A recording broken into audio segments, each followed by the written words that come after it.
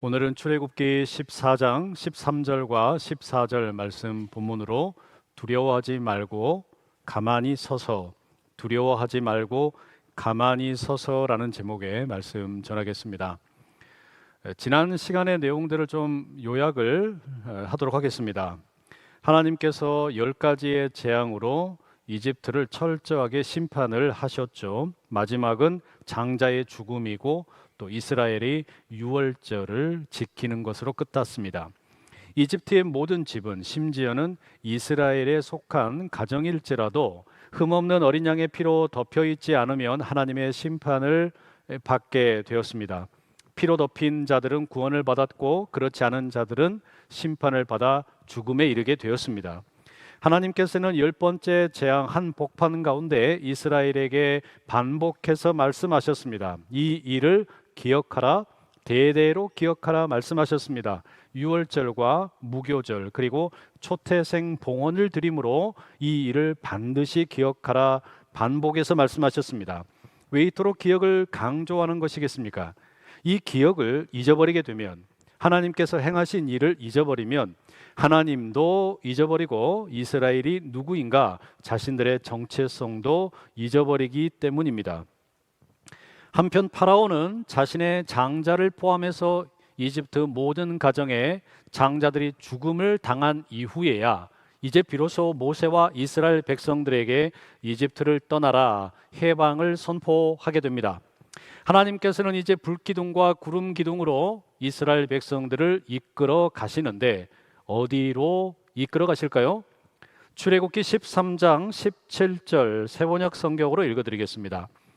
바로는 마침내 이스라엘 백성을 내보냈다. 그러나 그들이 블레셋 사람의 땅을 거쳐서 가는 것이 가장 가까운데도 하나님은 백성을 그 길로 인도하지 않으셨다. 그것은 하나님이 이 백성이 전쟁을 하게 되면 마음을 바꾸어서 이집트로 되돌아가지나 않을까 하고 염려하셨기 때문이다. 제가 출애굽의 여정을 담은 그 경로를 지도로 보여드립니다. 여러 지도가 있는데 아마 가장 그래도 좀 신뢰할 만한 지도가 대한성서공회에서 만든 것 아닐까 생각이 들어서 소개를 하는데요. 위에 있는 푸른색은 우리가 지금 알고 있는 지중해에 해당을 하고요. 그리고 밑에 있는 수에즈만이라고 적혀 있는 부분이 오늘날의 홍해입니다. 이스라엘 백성들은 라암셋 그리고 고센이라고 하는 곳에서 살다가 거기에서부터 이제 대장정을 시작을 하게 되죠. 거기에서 화살표가 밑으로 이어집니다. 숫곳이라고 하는 곳이 나오는데, 사실 가나안을 가는 가장 빠른 길은 여러분 블레셋 땅으로 가는 해안길이라는 글자가 보이실 거예요. 그 해안길로 가는 게 가나안에 가는 지름길입니다. 그런데 하나님께서는 그 길로 이스라엘 백성들을 인도하시는 게 아니라 다른 쪽으로 이끌어 가시는 겁니다. 그 이유는 이스라엘 백성들이 전쟁을 수행할 만한 준비가 되어 있지 않기 때문이었어요. 그래서 빨리 가는 지름길 대신 광야에서 훈련을 시키려고 하십니다. 그렇게 이스라엘이 광야에서 처음 머무는 곳이 13장 20절에 보면 숫곳이라고 되어 있습니다. 그리고 이제 출애굽기 14장으로 넘어가게 되는데 여기는 우리에게 너무나 유명한 홍해 사건이 펼쳐집니다. 홍해가 갈라지는 이 사건은 성경 여러 곳에서 반복해서 언급이 될 정도로 너무 중요한 사건입니다. 특별히 하나님께서 자기 백성을 어떻게 구원하시는가, 그것을 상징적으로 보여주는 사건입니다. 그래서 홍해 사건을 잘 이해하게 되면 성경 전체를 이해하는데 아주 큰 도움을 받게 됩니다. 오늘 세 가지를 말씀드리려고 그래요. 첫 번째는 이스라엘의 가장 큰 적이 무엇인가 라고 하는 것이고요. 두 번째는 하나님께서 이스라엘을 구원하시는 가운데 어떻게 하시는가.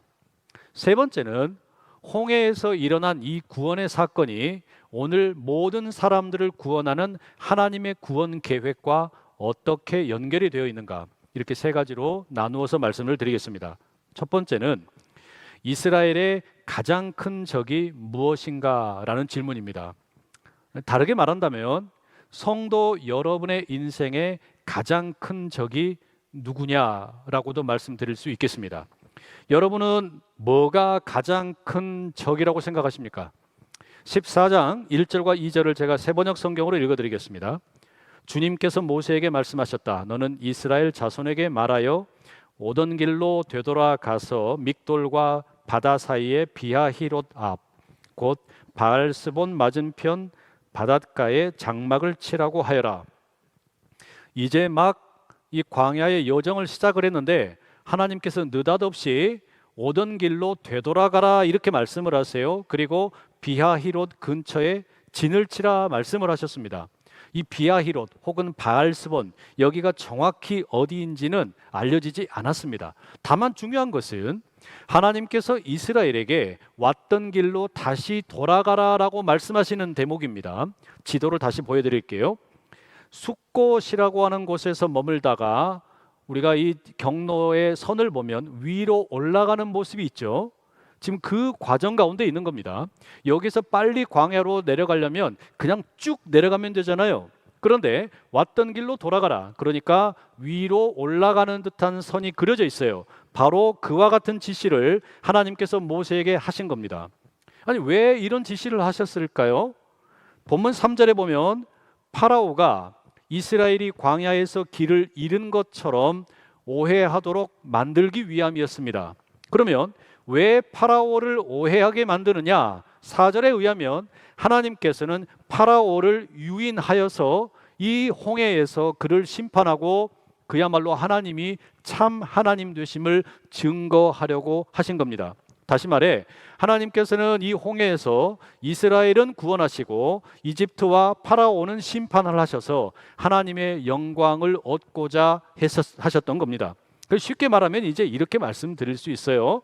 하나님께서 이제 앞으로 어떤 일이 벌어질 것인지 이스라엘 백성들에게 겁내지 말아라. 무슨 일이 벌어지든지 간에 내가 이 판을 깔았고 내가 이 모든 일들을 주관을 하는 거니까 너희들은 두려워하지 말고 내가 너희에게 들려주는 이 말씀만 붙잡아라. 요 이야기를 하시는 겁니다. 그리고 그러면 이제 어떤 일이 펼쳐지느냐? 5절에 보면 결국 파라오가 하나님의 계획대로 움직입니다. 5절 우리 함께 읽어보시겠습니다. 시작. 그 백성이 도망한 사실이 애굽 왕에게 알려지매 바로와 그의 신하들이 그 백성에 대하여 마음이 변하여 이르되 우리가 어찌 이같이 하여 이스라엘을 우리를 섬김에서 놓아 보내었는가 하고. 참 여러분, 사람의 마음이 너무 간사하죠. 장자들이 다 죽었을 때에는 이스라엘 백성들에게 빨리 이집트를 떠나라 재촉을 하더니 이스라엘이 막상 떠나고 나니까 아쉬워요. 이 종들이 다 떠나버리니까 너무 아쉬워요. 그래서 어떻게 됩니까? 이 이스라엘 종들을 이렇게 풀어주면 안 되는 거 아닌가? 이렇게 생각을 하고 후회를 합니다. 게다가 아마 파라오와 또 이집트의 많은 관리들은 소문을 들었을 겁니다. 이스라엘이 광야에서 길을 잃었다더라. 어디로 가야 될지를 몰라서 헤매고 있다더라. 이런 소식을 듣게 되니까 그러면 군대를 소집을 해서 다시 금방 잡아올 수 있겠다. 이런 판단을 했겠죠. 그래서 특수병거 600대로 편성된 정예 부대를 소집을 하고 그 외에도 장교들이 지휘하는 많은 군인들을 이제 모으게 됩니다. 그리고 출동을 합니다. 병거와 기마와 기병과 보병들이 이스라엘을 잡기 위해서 추격을 시작을 하는 거예요. 이스라엘이 진을 치고 있던 비하히롯 근처까지 도달하게 됩니다. 말발굽 소리가 얼마나 컸겠어요. 그 이집트의 나팔 소리는 또 얼마나 컸겠습니까? 이집트 백성들의 그 원수를 갚으려고 하는 이 함성 소리는 또 얼마나 컸겠습니까? 이스라엘 사람들이 다가오는 이집트 군대의 그 소리를 듣고 그들을 보고 어떻게 반응하느냐? 10절과 11절에 이렇게 기록되어 있습니다. 바로가 가까이 올 때에 이스라엘 자손이 눈을 들어본즉 애굽 사람들이 자기들 뒤에 이른지라 이스라엘 자손이 심히 두려워하고 여호와께 부르짖고 그들이 또 모세에게 이르되 애굽에 매장지가 없어서 당신이 우리를 이끌어내어 이 광야에서 죽게 하느냐? 어찌하여 당신이 우리를 애굽에서 이끌어내어 우리에게 이같이 하느냐? 여러분, 이 말씀을 이렇게 읽어보면 이스라엘의 가장 큰 적이 무엇인지를 확인하게 됩니다. 이스라엘의 가장 큰 적이 뭘까요? 파라오입니까? 아니면 병거일까요? 기마병일까요? 보병일까요? 창일까요? 칼일까요? 아니에요. 이스라엘의 가장 큰 적은 자기들 마음이에요. 자기들의 마음이 이스라엘에게 가장 커다란 적입니다. 이스라엘은 다가오는 파라오와 그의 군대를 보고 두려워합니다. 당연히 두려울 수 있죠. 그리고 주님께 부르짖습니다. 근데 문제는 그 두려움이 이제 모세에 대한 원망이 되고 불신으로 이어집니다. 차라리 이집트로 돌아가서 노예 생활하는 게 더 낫겠다라고 말합니다. 두려움이 마음에 사로잡히게 되자 불신과 원망이 점점 더 커지게 되는데, 사실 여러분, 하나님께서는 이미 2절에서 4절까지 이 판은 내가 짠 거다, 이것은 내가 짠 판이니까 너희들 두려워하지 말고 내가 너에게 일러준 말씀만 붙잡아라 말씀하셨잖아요. 그런데 막상 파라오의 군대를 보니까, 그 군대의 말들을 보고 병거를 보니까 마음이 무너지는 거예요. 마음이 그냥 쉽사리 풀리지를 않습니다. 하나님의 말씀보다 상황을 더 믿게 되는 겁니다. 그러나 여러분, 이 시험은 이스라엘의 내면을 드러내고 있습니다. 그들은 하나님을 신뢰하기보다 이집트를 더 두려워합니다. 두려움에 끌려서 다시 노예가 되기를 자청하고 있습니다. 우리는 결국에 우리가 두려워하는 것을 섬기게 되어 있습니다. 그게 인간이에요. 그러니 여러분, 이스라엘에게 있어서 가장 큰 적이 뭐냐? 외부에 있는 적이 아닙니다. 자신들의 마음입니다. 마음이 너무 쉽게 변합니다. 하나님께서 10가지 재앙을 내리시고 이집트의 모든 장자들을 내려치셨을 때는 하나님만 의지하겠다 다짐하고 또 다짐했지만, 다가오는 파라오의 군인들을 보는 순간 이 마음이 덜컥 내려앉습니다. 며칠 전 저의 부친의 생신이셨습니다. 거리가 멀어서 찾아뵙지는 못하고 전화로만 인사를 드렸습니다. 저는 어린 시절에 개척교회를 하시는 그 아버지의 고뇌, 목회의 고뇌를 지켜보면서 성장을 했습니다. 겉으로는 언제나 당당하고 씩씩하셨지만 속으로 마음이 얼마나 여리시고 또 고민하는지 저는 잘 알고 있었어요. 대출 이자를 제때 갚지 못할까 하는 두려움, 어렵게 찾아온 성도가 개척교회를 떠날까 하는 염려, 뜻대로 되지 않는 목회에 대한 답답함, 성전을 완공하지 못한 안타까움, 구체적으로 말씀하지는 않으셨지만 그와 같은 마음들 저는 다 느끼면서 자랐어요. 그리고 저는 이제 저희 아버지께서 목회하셨던 것과 비교를 하면 훨씬 더 커다란 규모의 목회, 그리고 성도들을 섬기고 있습니다. 하지만 마음의 본질은 달라지지 않습니다. 동일합니다. 하나님의 부르심을 따라 당당하게 목회를 하지만 때로는요, 하나님보다 성도가 무섭습니다. 때로는 하나님보다 은행이 무서워요. 때로는 하나님보다 상황이 훨씬 더 크게 보이기도 합니다. 여러분은 어떻습니까? 여러분은 예외입니까? 아닐걸요? 여러분 역시 똑같을 거예요. 우리 모두에게 있어서 가장 큰 적은 언제나 바깥에 있는 게 아니라 우리 내면, 우리의 마음이에요. 몇 달 전에 주일날 80대의 남편 집사님과 우리 권사님 두 분을 교회에서 만났어요. 두 분이 저에게 이렇게 이야기하셨어요. 목사님, 우리 부부가 오늘 안산제일교회에서 마지막 예배를 드립니다. 이제 우리 둘 다 요양원에 들어갑니다. 요양원에 들어가니 우리가 이제 목사님을 뵙지도 못하고 여기에 앉아서 예배를 드릴 수도 없습니다 라고 이야기를 하세요. 나이가 들어서 혼자서는 걷지도 못하는 다리를 바라보고 간단한 요리조차 할 수 없는 이 손을 바라보면서 두려워요. 절망적인 생각이 드는 거예요. 그래서 이제 요양원에 들어가는 게 마치 마지막 인생길을 접는 것 같은 그런 생각이 드시는 거예요. 마음이 무너지는 거예요. 그 이야기를 하시면서 눈물이 글썽글썽 하시는 그 연세 많으신 집사님과 권사님을 만났어요. 이스라엘의 가장 큰 적은 다름 아닌 마음이에요. 성도 역시 마찬가지예요. 여러분들의 마음이 여러분의 가장 큰 적입니다. 감사와 기쁨, 이런 것들은 순식간에 사라져 버립니다. 목사 안수를 받을 때의 감격, 장로로 임직하고 안수 집사가 되고 권사가 되고 그때 받았던 그런 감격, 은혜, 그거 금방 사라집니다. 자녀들이 좋은 대학 들어가고 출세하고 그래서 기뻤던 거, 그것도 금방 사라져 버려요. 내가 경영하는 사업장이 막 계속해서 성장을 하고 점점 더 발전하는 거, 그걸로 인해서 기뻐하고 좋은 거, 그것도 얼마 못 갑니다. 우리의 마음은 자그마한 거 하나에 순식간에 무너져 버리고 또 무너져 버립니다. 그럼 여러분, 하나님께서 우리에게 그토록 자주 반복해서 기뻐하라, 또 기뻐하라, 감사하라 말씀하셨던 거 하나도 귀에 들어오지 않아요. 다 부정적으로 보일 뿐입니다. 모든 게 다 부정적으로 보이고 어느 것 하나 마음에 드는 게 없어요. 교회도 예외가 아니고, 가정도 예외가 아니고, 사업장도 예외가 아니고, 친구들도 예외가 아닙니다. 마음이 무너졌기 때문에 그래요. 그 마음에 복음이 없어서 그래요. 복음이 희미해졌기 때문에 그런다는 이야기예요. 이걸 누가 부인할 수 있겠습니까? 이스라엘은 파라오의 손아귀에서 빠져나왔지만 그들의 마음은 여전히 이집트에 붙들려 있는 셈입니다. 그러니 진정한 출애굽의 완성이라고 하는 것은 몸의 출애굽만이 아니라 마음의 출애굽도 병행되어야만 하는 것이겠죠.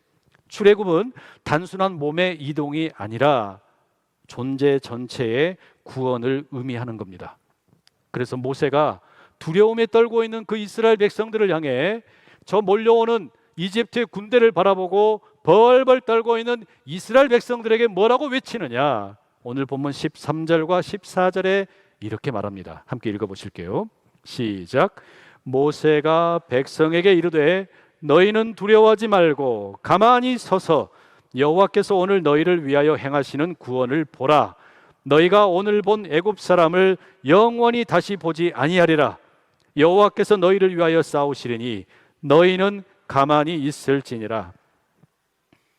여러분, 모세가 두려움에 사로잡힌 이스라엘 백성들에게 들려주는 이 이야기를 가만히 보면 아주 흥미로운 게 하나 있어요. 10절에서 이스라엘 백성들이 왜 두려움에 빠졌느냐? 이집트의 군대를 봤기 때문에 그래요. 이집트의 그 말들을 보고 병거를 보고 창을 보고 칼을 보니까 두려움에 사로잡혔습니다. 그런데 이스라엘을 향하여 모세가 뭐라고 말하냐면 파라오의 군대를 바라보지 말고 하나님의 구원을 보라.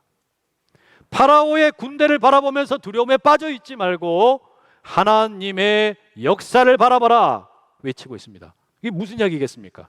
시선을 옮겨야 된다는 이야기예요. 문제를 바라보고 상황을 바라보면 우리의 이 마음에 무너진 것은 결코 고칠 방법이 없어요. 부정적인 것밖에 보이지 않습니다. 그러나 하나님을 바라보면 새 힘을 얻게 되는 줄로 믿습니다. 그래서 모세는 두려움에 맞서서 시선을 옮겨 이제 하나님을 향한 믿음을 갖도록 촉구합니다. 이스라엘의 구원이 자신들의 능력에 달려있는 것이 아니라 오직 하나님의 은혜로 가능하다고 외치고 또 외치는 겁니다. 그럼 여러분, 이스라엘을 하나님께서는 어떻게 구원을 하시느냐? 참 놀라운 역사가 펼쳐집니다. 구름 기둥과 불 기둥으로 이스라엘을 방패 삼아 막아주십니다. 이스라엘이 광야의 여정을 하는 동안에 때로는 그늘이 되고 빛이 되고 보호가 되고 위로가 되었던 이 구름 기둥과 불 기둥이 오늘 본문의 19절과 20절에 보면 이스라엘과 이집트 사이를 딱 가로막습니다. 갈라놓는 거예요. 일종의 방패가 되어서 이집트의 군인들이 공격을 하지 못하도록 막아주고 있습니다. 사랑하는 성도 여러분, 하나님께서는 주의 자녀들이 어려움을 만날 때 그들을 구름 기둥과 불 기둥으로 막아주시는 선하신 하나님이신 줄로 믿습니다. 우리 모두의 삶 가운데 그 구름 기둥과 불 기둥이 방패가 되어 모든 악한 세력으로부터 우리를 지켜주실 줄로 믿습니다. 그리고 이어지는 21절 우리 함께 같이 한번 읽어보실게요. 시작. 모세가 바다 위로 손을 내밀매 여호와께서 큰 동풍이 밤새도록 바닷물을 물러가게 하시니 물이 갈라져 바다가 마른 땅이 된지라. 하나님께서 한편으로는 이 구름 기둥과 불 기둥으로 이스라엘과 이집트 사이를 나누어 놓으시더니 동시에 어떤 일을 하시냐면 강한 동풍을 불게 하셔서 밤새도록 이 바닷물을 마르게 하십니다. 여기서 여러분, 이 바람이 동쪽에서 밤새도록 불어왔다라고 하는 것을 주목할 필요가 있어요. 제가 질문 하나 드릴게요. 이스라엘이 지금 홍해의 서쪽에 있을까요? 동쪽에 있을까요? 50%의 확률인데 이스라엘은 지금 서쪽에 있을까요? 동쪽에 있을까요? 아까 지도로 보면 지금 왼쪽에서 오른쪽으로 가죠. 서쪽에서 오른쪽으로 가는 그런 경로상에 놓여 있습니다. 자, 그런데 홍해가 어떻게 갈라지는가 보면 동쪽에서 바람이 불어와서 밤새도록 조금씩 갈라집니다. 그럼 여러분 한번 상상을 해보세요. 이스라엘 백성들이 지금 홍해 앞에 서 있는데 자신들이 서 있는 쪽에서부터 바다가 갈라졌겠습니까? 반대편에서부터 갈라져 왔겠습니까? 반대편에서부터 갈라져 오는 거예요. 그게 밤새도록 시간이 걸렸습니다. 순식간에 하나님께서는 초자연적인 역사로 기적을 행하실 수 있지만 지금 이 말씀에 의하면 하나님께서는 밤새도록 저 반대편에서부터 동쪽에서부터 바람이 불어오면서 홍해 바다가 갈라져 오게 하셨습니다. 만약에 서쪽에서부터 이 홍해 바다가 갈라졌다면 이스라엘 백성들은 자기들이 놓여 있는 자리로부터 바로 발을 디디고 마른 땅을 밟을 수 있었을 거예요. 그런데 기다려야 됩니다. 저 반대편에서부터 갈라져 오고 있기 때문에 들어갈 수가 없어요. 밤새도록 다 갈라질 때까지 인내하고 기다려야만 했습니다. 제가 이 말씀을 묵상하면서 은혜를 받았습니다. 왜 우리 교회에 이 건축 상환이 늦어지고 있는가 깨달았어요. 하나님께서 하실 수만 있다면 얼마든지 우리나라에 재벌 한 두세 명 오셔가지고 등록하시고 그냥 큰 손으로 꽝 내면 바로 해결되잖아요. 아멘도 안 하시네요. 그런데 이렇게 늦어지는 가운데 결국 우리에게 뭘 배우게 하시는 걸까요? 이거 너희들이 하는 거 아니다. 이거 너희들이 하는 거 아니다. 하나님의 은혜로 건축이 진행되었고 그 건축 빚 상환도 이루어지는 거다. 인내하며 기다리게 하시는 거 아니에요? 우리 성도님들 가운데에도 하나님의 은혜를 사모하는데 더딘 것처럼 느껴질 때 여러분 그때 두려워하지 말고 이미 하나님께서 저 반대편에서 동풍을 불어오시면서 바닷물을 갈라오고 계시니 그 주님을 신뢰하며 인내하실 수 있기를 축복합니다. 그리고 드디어 아마도 새벽 아침쯤 되었겠죠. 바닷물이 쫙 갈라졌습니다. 그리고 마른 땅이 드러나게 되었습니다. 이 바닷물이 양쪽에 좌우에 벽이 되었어요. 이스라엘 백성들이 보면서도 믿기지가 않습니다. 어떻게 이런 일이 있지? 여기 보니까 고래가 있고 여기 보니까 상어가 있고 물고기들과 눈이 마주칠 정도로 그렇게 마른 땅을 밟고 홍해를 지나갑니다. 여러분 이게 얼마나 감격스러웠겠어요.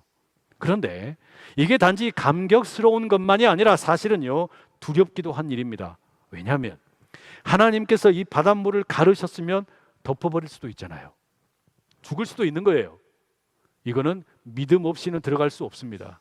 그 마른 땅을 들어가면서 감격하고 찬양하고 한편으로는 하나님에 대한 경외감을 가지고 들어갑니다. 그리고 어느 시점인가 하나님께서는 이제 이스라엘과 이집트 사이를 막아놓고 있던 구름 기둥을 제거하셨을 겁니다. 그랬더니 이집트의 군대가 올컨이 잘 됐다. 빨리 쫓아가서 이스라엘을 사로잡자. 막 말들이 달려갑니다. 병거들이 달려갑니다. 그런데 이게 웬일입니까? 금방 따라잡을 줄 알았는데 이집트 병거의 바퀴가 무거워지고 이집트 군대 전체가 혼란과 무질서함에 빠지게 됩니다. 그러자 하나님께서는 이제 이스라엘 백성들이 홍해를 다 건너고 나가자마자 순식간에 휙 덮어버렸어요. 이집트 군대가 다 수장되고 말았습니다. 출애굽기 1장에서 파라오가 히브리 사람들의 남자아이를 몽땅 나일강에 빠뜨려 수장시켰는데 출애굽기 14장에서 이제 하나님께서는 하나님의 장자 이스라엘을 구원하시고 이집트의 모든 군대를 동일한 방식으로 물에 빠뜨려 수장시키셨다는 이야기입니다. 이게 하나님의 구원이에요. 홍해를 가르시고 이스라엘은 구원하시지만 자신의 장자를 핍박하는 이집트를 수장시키시는 하나님의 역사가 펼쳐진 겁니다. 우리는 두 가지를 나눴어요. 이스라엘의 가장 큰 적이 마음이라는 것, 그리고 하나님께서 어떻게 홍해를 가르시는 구원을 행하셨는가. 마지막 세 번째, 이 홍해를 건너는 사건이 이스라엘뿐만 아니라 온 인류를 향한 하나님의 구원의 계획과 어떻게 연결이 되는가, 좀 말씀을 좀 드리겠습니다. 홍해를 건너는 이 사건은 여러 면에서 창세기 1장의 이야기와 많이 닮아 있습니다. 홍해 앞에 하나님께서는 어둠 가운데 빛을 비추시고 물을 나누시기도 했고 마른 땅이 드러나는 역사를 펼쳐주셨습니다. 그런데 이것은 정확하게 창조의 첫째 날, 둘째 날, 셋째 날의 이야기와 똑같습니다. 하나님께서는 첫째 날에 어둠 가운데 빛을 허락하셨고 둘째 날에는 물을 가르셔서 윗물과 아랫물로 찢으셨습니다. 그리고 셋째 날에는 마른 땅이 드러나게 하셨습니다. 그러니 여러분, 이 홍해에서 일어난 사건은 이를테면 또 다른 창조의 사건입니다. 무엇을 창조하느냐? 하나님께서 처음에는 아담과 하와를 창조하셔서 처음 인류가 시작하게 하셨다면, 이 홍해는 하나님의 장자, 하나님의 뜻을 따르는 하나님의 백성을 새롭게 창조하신 사건입니다. 이집트는 성경에서 종종 죽음과 무덤을 상징합니다. 그래서 사람들이 이집트에 내려갔다, 이집트에서 올라왔다 이런 표현들을 써요. 실제로 이집트 사람들은 미라를 만드는데 아주 능숙했고 사후 세계를 준비하는 일에 있어서 아주 정교한 계획을 가지고 있었습니다. 그러니까 당대의 죽음에 대한 최고의 전문가들이 이집트 사람들이었습니다. 그런데 하나님께서는 이스라엘을 바로 그 죽음의 전문의 땅에서 구원해 내셔가지고 홍해라고 하는 곳을 거쳐서 저 홍해 건너편 새로운 땅으로 인도하고 계시는 겁니다. 이게 뭡니까? 죽음에서 부활로 이끌어가는 하나님의 계획입니다. 게다가 성경은 바다를 가리켜 악의 소굴, 그리고 그 바다에는 악한 용이 살고 있다라고 가르칩니다. 요한계시록에 잘 나오는 악한 사탄의 정체가 용으로 묘사되어 있어요. 그런데 이 용은 사람들이 결코 길들일 수 없는 사탄을 상징을 하고 하나님께서 주시는 기쁨이나 평안이나 질서를 망가뜨리는 그런 악한 힘입니다. 놀라운 것은 태초에 하나님께서 그와 같은 바다를 가르셨던 것처럼 홍해를 가르셔서 그 바다의 악한 사탄의 세력을 물리치시고 승리하셨다는 것입니다. 그리고 이와 같은 일이 신약 성경에 넘어가게 되면 예수 그리스도를 통해 또한 반복이 됩니다. 어느 날인가 예수님께서 제자들과 함께 이 바다에 항해를 하고 계셨습니다. 폭풍우가 몰아칩니다. 바람이 붑니다. 제자들이 예수님께서 주무시고 계신 것을 보고 하소연을 합니다. 주님, 우리가 죽게 된 것이 보이지 않으십니까? 그랬더니 예수님 뭐라고 말씀하시냐면 어찌하여 무서워하느냐 믿음이 작은 자들아 책망을 하십니다. 그리고서 우리 예수님 츤데레처럼 일어나셔가지고 저 바람을 향해서 그리고 바다를 향해서 말씀하십니다. 잠잠하라. 내가 명령하노니 바람도 그치고 폭풍우도 잠잠할지어다 말씀하셨어요. 그랬더니 바람과 파도가 그 순간 잔잔해졌어요. 제자들이 이 일을 다 지켜본 다음에 고백을 합니다. 이분이 도대체 누구이기에 바람과 바다도 순종을 한다는 말인가? 여러분, 이게 뭘 말하는 것이겠어요? 하나님께서 태초에 천지를 창조하시면서 바다의 그 모든 세력을 잠재우시고 홍해를 가르셔서 바다의 세력을 찢으시고 이제 그 하나님의 아들이 오셔서 이 땅 가운데 동일하게 모든 악의 세력들을 이기시고 십자가와 부활의 능력으로 주님을 믿는 자들에게 죽음에서 부활로 이끌어 주시는 것인 줄로 믿습니다. 그래서 유월절과 홍해의 이 사건은 예수 그리스도의 십자가와 빈 무덤을 통해 오늘도 계속되고 있다는 말입니다. 사도 바울은 로마서 8장 38절 39절에서 이처럼 유월절을 통해 홍해를 통해 예수님의 십자가와 부활을 통해 우리에게 주어지는 그 구원의 감격, 하나님의 사랑에 대해서 이렇게 노래합니다. 한번 같이 한번 읽어보시겠습니다. 시작. 내가 확신하노니 사망이나 생명이나 천사들이나 권세자들이나 현재일이나 장래일이나 능력이나 높음이나 깊음이나 다른 어떤 피조물이라도 우리를 우리 주 그리스도 예수 안에 있는 하나님의 사랑에서 끊을 수 없느니라. 바다 괴물이 되었든 사탄이 되었든 죽음이 되었든 저주가 되었든 죄가 되었든 그 어떤 것도 우리를 하나님의 사랑에서 끊을 수 없는 줄로 믿습니다. 우리는 바로 그 약속을 세례를 통해서 경험을 했어요. 내가 세례 받는다라는 거, 우리가 물로 세례를 받는다라는 것은 바로 그 홍해를 경험하는 것과 똑같은 일입니다. 내가 물 속에서 죽어 마땅한 존재였지만 이제는 예수 그리스도와 함께 살아나서 죽음에서 부활로 옮겨졌다라는 것을 우리가 몸으로 경험하는 게 세례예요. 이처럼 세례를 받은 성도들 어떻게 살아야 되겠습니까? 오늘 보면 맨 마지막 14장 31절에 이렇게 기록되어 있어요. 이스라엘이 여호와께서 애굽 사람들에게 행하신 그 큰 능력을 보았으므로 백성이 여호와를 경외하며 여호와와 그의 종 모세를 믿었더라. 너무 중요한 단어가 있어요.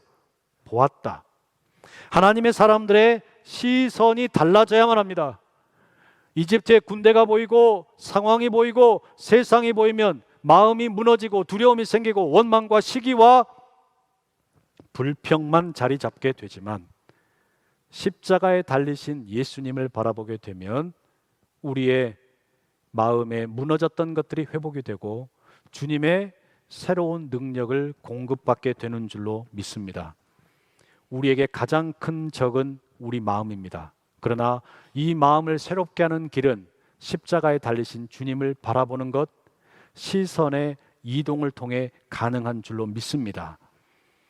지난 화요일에 대부도에 있는 제1요양원을 방문을 했습니다. 그리고 앞서 말씀드렸던 80대 우리 집사님과 권사님을 만났어요. 오늘 주보에 표지 사진으로 실려 있는 오교구의 도재만 집사님과 김소희 권사님 두 분입니다. 처음 요양원에 입소를 하시려고 할 때는 마음이 너무 어려우셨어요. 눈물이 났어요. 염려도 많았습니다. 그런데 오늘 주보의 사진 보니까 어떻습니까? 너무 밝고 행복해 보이시더라고요.